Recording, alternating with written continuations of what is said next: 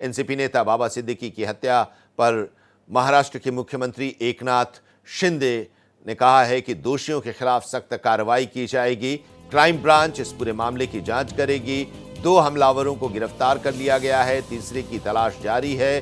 दोनों हमलावरों के बारे में मुख्यमंत्री एकनाथ शिंदे ने बताया कि एक यूपी का रहने वाला है और दूसरा हरियाणा से उसका संबंध है। दोनों को गिरफ्तार किया गया है, पूछताछ की जा रही है, तीसरे की तलाश जारी है। और अभिषेक पांडे हमारे संवाददाता मुंबई से हमारे साथ जुड़े हुए हैं, लगातार इस पूरी घटना के बारे में अपडेट दे रहे हैं। इस घटना को किस तरह से अंजाम दिया हमलावरों ने और उसके बाद गिरफ्तारी हुई, पूछताछ हो रही है और पूछताछ में अब ये सामने आया है कि लॉरेंस बिश्नोई गैंग से ही वो जुड़े हुए हैं। अभिषेक, क्या और जानकारी मिल रही है इस बारे में? देखिए, अभी भी क्राइम ब्रांच की टीम और पुलिस की टीम वो इस पुलिस स्टेशन में बैठी हुई है। मैं तस्वीर आपको दिखा रहा हूं कि ये डीसीपी जोन 8 हैं और क्राइम ब्रांच के डीसीपी हैं, दोनों यहां पर बैठे हुए हैं। साथ ही साथ जो 3 से 4 यूनिट गठित हुई है तीसरे आरोपी को लेकर के, उनको लेकर के ट्रैकिंग है, उनसे इन्वेस्टिगेशन एक एक करके शुरू है कि आखिर वो कौन से लोग थे, किस ग्रुप से जुड़े थे। अभी तक आधिकारिक मुंबई पुलिस ने इस बात की पुष्टि नहीं की है कि वो लॉरेंस बिश्नोई गैंग के ही लोग थे।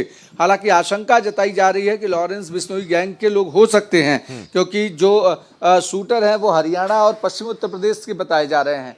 दूसरा महत्वपूर्ण चीज़ है कि हो सकता है कि उनके अंडरवर्ल्ड के लोग भी हो सकते हैं। साथ ही साथ चूंकि वो बिल्डिंग व्यवसाय से भी जुड़े थे, तो क्या उसका भी एक जानकारी ये मिल रही है अभिषेक की जो अभी तक पूछताछ हुई है उसमें लॉरेंस बिश्नोई गैंग से अपना संबंध बताया है इन दोनों शूटर्स ने, और ये भी बताया है कि करीब 25 से 30 दिनों से ये रेकी भी की जा रही थी। कहाँ कहाँ वो जा रहे हैं, क्या उनका स्टाइल है चलने का, निकलने का, और इस घटना को अंजाम देने को लेकर क्या सूत्र आपके बता रहे हैं?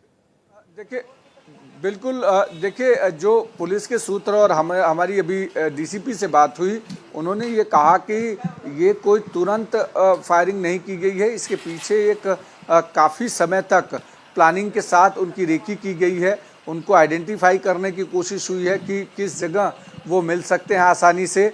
और चूँकि ये तीनों आरोपियों ने पहले मुंबई में रेकी करने के बाद जुहू चौपाटी या दूसरी जगहों पर साथ में घूमे हैं, कई सारी फोटोग्राफ्स इनकी भी मुंबई पुलिस को हाथ लगी है। और उसके बाद ये दोनों आरोपी को गिरफ्तार किया गया और जिस समय फायरिंग करके वो भाग रहे थे, एक को भागते हुए पुलिस ने नाकेबंदी के दौरान पकड़ा, वहीं खेरवाड़ी सिग्नल के पास दूसरा आरोपी वो पीछे की तरफ गार्डन की तरफ भागने की कोशिश कर रहा, गार्डन में छिपने की कोशिश कर रहा था, उस दौरान पकड़ा गया। जबकि एक आरोपी भाग निकला, उसकी तलाश शुरू है मुंबई पुलिस की तरफ से। लेकिन ये तीनों आरोपी काफ़ी समय से रेकी कर रहे थे, लेकिन प्राइमा फेसी जो ये आ रहा है कि वो लॉरेंस बिश्नोई गैंग के लोग हो सकते हैं।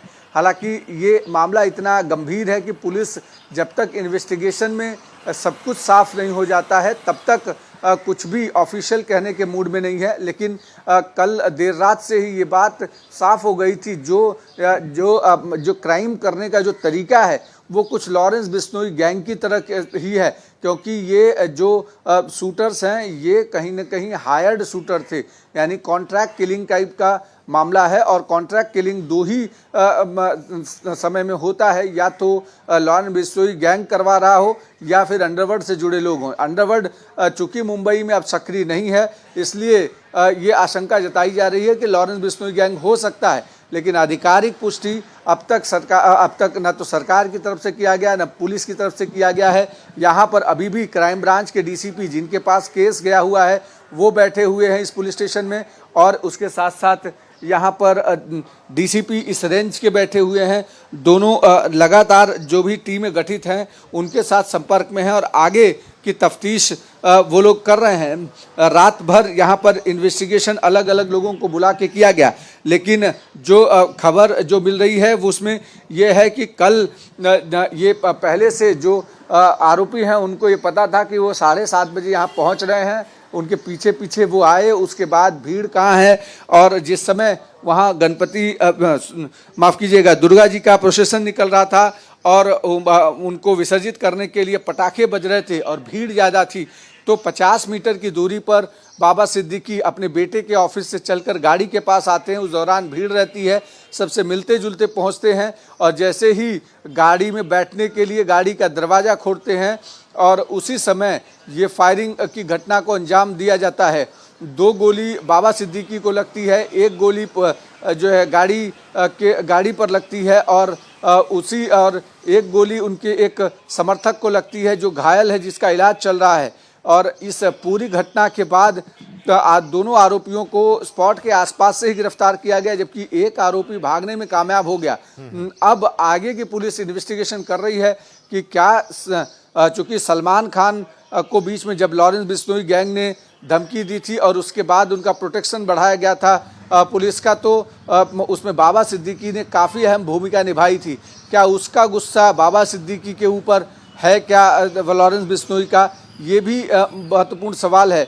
और उसके साथ साथ दूसरे तमाम सारे एंगल जो हैं उन सारी चीज़ों से जांच हो रही है कि क्या इसके पहले कोई धमकियां मिली थी, कोई पैम्पलेट की बात भी सामने आ रही है, कोई पैम्पलेट बांटे गए थे क्या, तो इस तमाम सारी चीज़ों पर ये बातचीत चल रही है। दूसरी तरफ मैं आपको बताऊं कि बाबा सिद्दीकी का पोस्टमार्टम चल रहा है कूपर हॉस्पिटल में।